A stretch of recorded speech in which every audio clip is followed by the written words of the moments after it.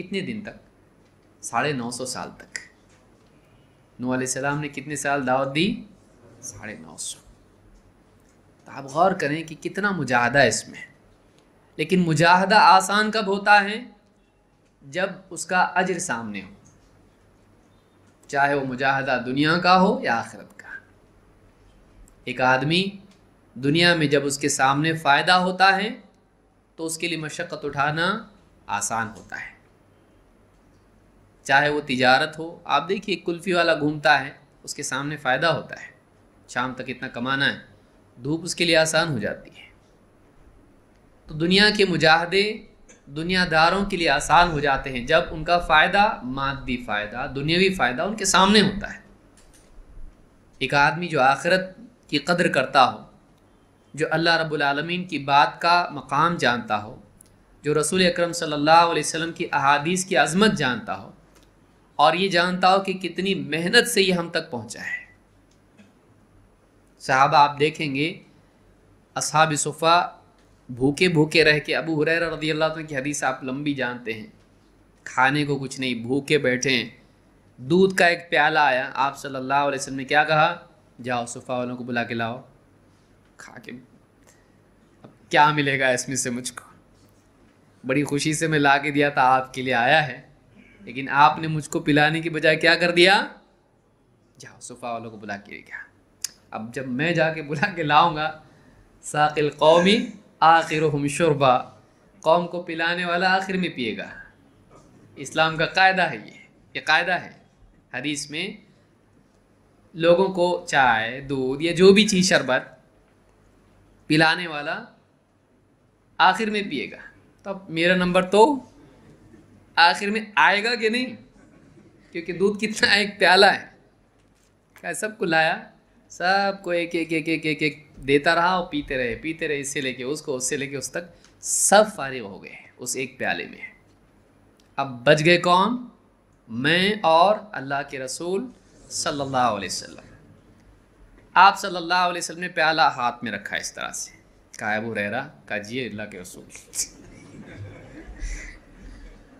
کہا بس تم اور میں رہ گئے، کہا ہاں اللہ کے رسول، واقعی ایسا کہا انہوں نے۔ دیا، کہا پیو، کہا پیا میں نے، کہا بس، کہا اور پیو، کہا اور پیا، کہا اور پیو، اور پیا، کہا بس اللہ کے رسول یہاں تک آ گئے۔ پھر میرے ہاتھ سے اللہ کے رسول صلی اللہ علیہ وسلم نے لیا اور آپ نے پیا، آپ نے سب سے آخر میں پیا، کیونکہ اصل پلانے والے آپ تھے۔ ایسے حالات میں ان لوگوں نے زندگی گزاری کہ ان کو یعنی دودھ پی کر، کھانا کھانے کے لیے کچھ ہے نہ کچھ پہننے اوڑھنے کے لیے۔ کہتے میں نے 70 سے زیادہ اصحاب صفہ کو دیکھا ہوں جن کے پاس اپنا بدن چھپانے کے لیے ڈھنگ کا کپڑا نہیں تھا، وہ اپنی چادر کو ایسا پکڑے رہتے تھے ڈر سے کہ کہیں کھل نہ جائے ستر، ان کا جسم کا حصہ دکھائی نہ دے۔ ایسا انہوں نے علم حاصل کیا ہے۔ آج تو ہم لوگ اے سی میں بیٹھے ہیں، پنکھے چل رہے ہیں، ہاں لائٹ ہے اور کوئی مسئلہ نہیں، کھانے کے وقت کھانا ہے، چائے کے وقت چائے ہے، گوشت بھی ہے، سب کچھ ہے۔ کیا کمی ہے ہم لوگوں کے پاس؟ ایک ہی چیز کی کمی ہے، ہمارے پاس وہ جذبہ نہیں جو ان کے پاس تھا۔ بس ایک کمی ہمارے پاس، وہ کمی اگر ہماری پوری ہو جائے تو اس دور کے وسائل اور اس دور کا جذبہ اور مجاہدہ اگر دونوں جمع ہو جائے تو تاریخ بدل سکتی ہے کہ نہیں؟ اس دور کا جذبہ، اس دور میں تو وسائل ہی نہیں تھے ان کے پاس کچھ، اس دور کا جذبہ اور مجاہدے کی طاقت اور اس دور کے وسائل اگر دونوں جمع ہو جائیں، آج لوگوں تک، آج کتنے لوگ ہیں جو شرک میں پڑے بھائی، نام اس کا محمد ہے، نام اس کا عبداللہ ہے، لیکن وہ قبروں پہ جا کے پیڑوں کو پکار رہا ہے، وہ طوطوں کو پوج رہا ہے، وہ پتھروں کو پوج رہا ہے، پیڑوں کو ناڑے باندھ کے یہ سمجھتا ہے کہ اولاد ملے گی۔ عورتیں اپنے دین کے ساتھ ساتھ اپنی عزت بھی خراب کر رہی ہیں، ہے کہ نہیں؟ سب جگہ کی بات نہیں کر رہا ہوں، بعض جگہ ایسی بھی ہیں کہ عورتوں کی زندگیاں خراب ہوئی، بعض بابا لوگوں نے ان کی عزتیں بھی خراب کر دی ہیں، اولاد دینے کے نام پہ ان کو ان کی عزت بھی لے لی۔ کتنے آئے دن اخبارات میں اس طرح کی باتیں آتی رہتی ہیں۔ کون بچائے گا ان کو؟ کون بچائے گا ان کو؟ کون سمجھائے گا ان کو؟ اور کیسے سمجھائیں گے؟ اگر ہمارے پاس علم نہیں ہوگا، اگر ہمارے پاس دین کا صحیح علم نہیں ہوگا، ہمارے پاس دعوت کا جذبہ نہیں ہوگا، اگر ہمارے پاس دعوت کے اور تربیت کے آداب اور اصول نہیں ہوں گے، کیسا کریں گے؟ اور باہر گندگی تو بہت دور کی بات ہے، بعض اوقات گندگی ہمارے اپنے گھروں کے دروازوں تک آ کے دستک دینا شروع کر دیتی ہے، بعض خرافات اپنے گھروں میں آ جاتی ہیں۔ تو کیا کرنا ہے؟ اس کا علاج کیا ہے؟ یہ اس کی ایک چھوٹی کوشش ہے کہ ہمارے جتنے احباب ہیں، افراد ہیں، وہ جمع ہوں، دینی مجلس میں آئیں، ایک ایک حدیث، ایک ایک آیت اس کو لیں، اس کو سیکھیں، اس کو پڑھیں، اس کو سنیں، گھر جا کر لوگوں کو یا جہاں ان کا اپنا دائرہ ہے اس میں لوگوں کو پہنچائیں۔ بلغوا عنی ولو آیا، ایک آیت ہی کیوں نہ ہو، پہنچاؤ اس کو۔ یہ اللہ کے نبی صلی اللہ علیہ وسلم کا فرمان ہے۔ جتنی ہماری حد ہے، جتنا ہمارا علم ہے، جتنی ہماری استطاعت ہے، اس میں ہم کوتاہی نہ کریں۔ یہ نہیں کہ ہم مفتی بن جائیں، یہ نہیں کہ ہم لوگوں کے درمیان فتوے دینے لگیں، حکم لگانے لگیں، نہیں، لیکن کچھ تو ہماری استطاعت ہے۔ لا یکلف اللہ نفسا الا وسعها، اللہ کسی پر اس کی استعداد سے زیادہ ذمہ داری، بوجھ نہیں ڈالتا ہے۔ ہماری جو استطاعت ہے، ہمارے گھر والوں کو تو ہم سمجھا سکتے ہیں، رشتہ داروں سے ہم بات کر سکتے ہیں، دوست احباب میں اٹھتے بیٹھتے ہیں ان کو تو بتا سکتے ہیں، کم سے کم ایک بات تو سیکھ کے بتا سکتے ہیں۔ 50 باتیں یاد نہیں رہ سکتی، ایک تو یاد رہ سکتی ہے۔ اس ایک میں میں کوتاہی کیوں کروں؟ اس ایک میں میں کوتاہی کیوں کروں؟ یہ بہت ضروری یاد رکھنا۔ تو یہ جو دن بھر کے یا جو بھی اجتماعات، جو بھی دروس، جو بھی ہمارے پروگرام ہوتے ہیں، جو بھی علماء ہیں، دعات ہیں، کام کر رہے ہیں، کیوں کر رہے ہیں؟ ان کو کیا کام نہیں ہے؟ وہ اس لیے کر رہے ہیں، اتنا علماء اس لیے کوششیں کر رہے ہیں، لوگوں کو دین سکھا رہے ہیں تاکہ ہمارے افراد کی زندگی میں وہ باتیں آئیں، یہ اپنے دائرے میں لوگوں تک وہ باتیں پہنچائیں۔ یہ بہت ضروری ہے، لہٰذا ہوش میں آنا ضروری ہے۔ اس دور میں بھی آج بھی بت پرستی بھی ہے، قبر پرستی بھی ہے۔ ہم دعا کے بارے میں پڑھ رہے ہیں، اس لمحے معلوم نہیں کتنے لوگ قبروں پہ، درگاہوں پہ، بلکہ بعض لوگ مندروں پہ جا کے مانگ رہے ہوں گے۔ ہیں ایسے لوگ کہ علاج کر رہے ہیں، علاج نہیں ہوا، جاؤ فلانے کے پاس جاؤ اور اس کے طریقے سے تم جو بھی کرنا ہے کرو۔ جنات کے نام سے قربانیاں کر رہے ہیں، آج بھی ہیں۔ گاؤں دیہات میں آپ جا کے دیکھیے، گاؤں دیہات کے، آپ شہروں میں جائیے، شہروں میں آپ کو ملے گا۔ تو یہ بہت فکر کرنے کی چیز ہے، بیدار ہونے کا وقت ہے یہ۔ لیکن صرف بیدار ہونا کافی نہیں ہے، بیدار ہونے کے ساتھ ساتھ صلاحیت بھی ہونا چاہیے۔ ایک آدمی لوگوں کو بچانا چاہتا ہے ڈوبنے والوں کو، اور اس کو تیرنا نہ ہے، بچا سکتا ہو؟ نہیں، اس کو تیرنا بھی سیکھنا پڑے گا، تب جا کے وہ دوسروں کو بچا سکتا ہے۔ صرف جذبہ انسان کے لیے کافی نہیں ہے، صلاحیت بھی ضروری ہے۔ صلاحیت کیسے پیدا ہوتی ہے؟ علم اور تربیت کے ذریعے سے، دینی مجالس میں بیٹھنا۔ آج دینی مجالس کا شوق کم ہو رہا ہے، اللہ تعالیٰ آپ لوگوں کے علم میں برکت دے۔ آج دن بھر آپ بیٹھے ہیں، بہت مجاہدے کی چیز ہے، معمولی چیز نہیں ہے، مجاہدے کی چیز ہے یہ۔ بعض احباب تو سفر کر کے آئے ہیں، باہر سے سفر کر کے آئے ہیں، اللہ تعالیٰ ان کے آنے کو قبول فرمائے۔ یہ دینی مجالس آج آپ دیکھیے لائیو ہو رہا ہے نا، آدمی لائیو کی وجہ سے نہیں آتا، لیکن نہیں آ کے سنتا نہیں لائیو۔ ایمانداری کی بات دیکھیے، ہے کتنے لوگ بولتے ہیں میں سن لوں گا لائیو، 5 منٹ سنتا ہے، ارے وہی بات ہے، بند۔ رشتہ دار کوئی آ گیا، دوست آ گیا، فلاں چیز میں پھنس جاتا، شیطان آنے نہیں دیتا، اور آدمی سوچتا ہے کہ نہیں میں سن لوں گا اس کو، لیکن سنتا بھی نہیں ہے، محروم ہو گیا آدمی۔ اور پھر ایک بار دینی مجالس سے محرومی کی عادت ہو جاتی ہے تو واقعی آدمی محروم ہو جاتا ہے۔ لہٰذا آدمی کو چاہیے کہ وہ وسائل پر اعتماد نہ کرے، وہ مجاہدے کو اپنا رہنما بنائے۔ یہ آسانی، وہ آسانی، وہ آسانی، وہ آسانی، آسانی لیتے لیتے لیتے ہم نکمے ہو جاتے ہیں۔ یاد رکھیے میرا جملہ کڑوا ہے، آسانیوں کو لیتے لیتے لیتے ہم لوگ مجاہدے کی ہدایت کس پر ہے؟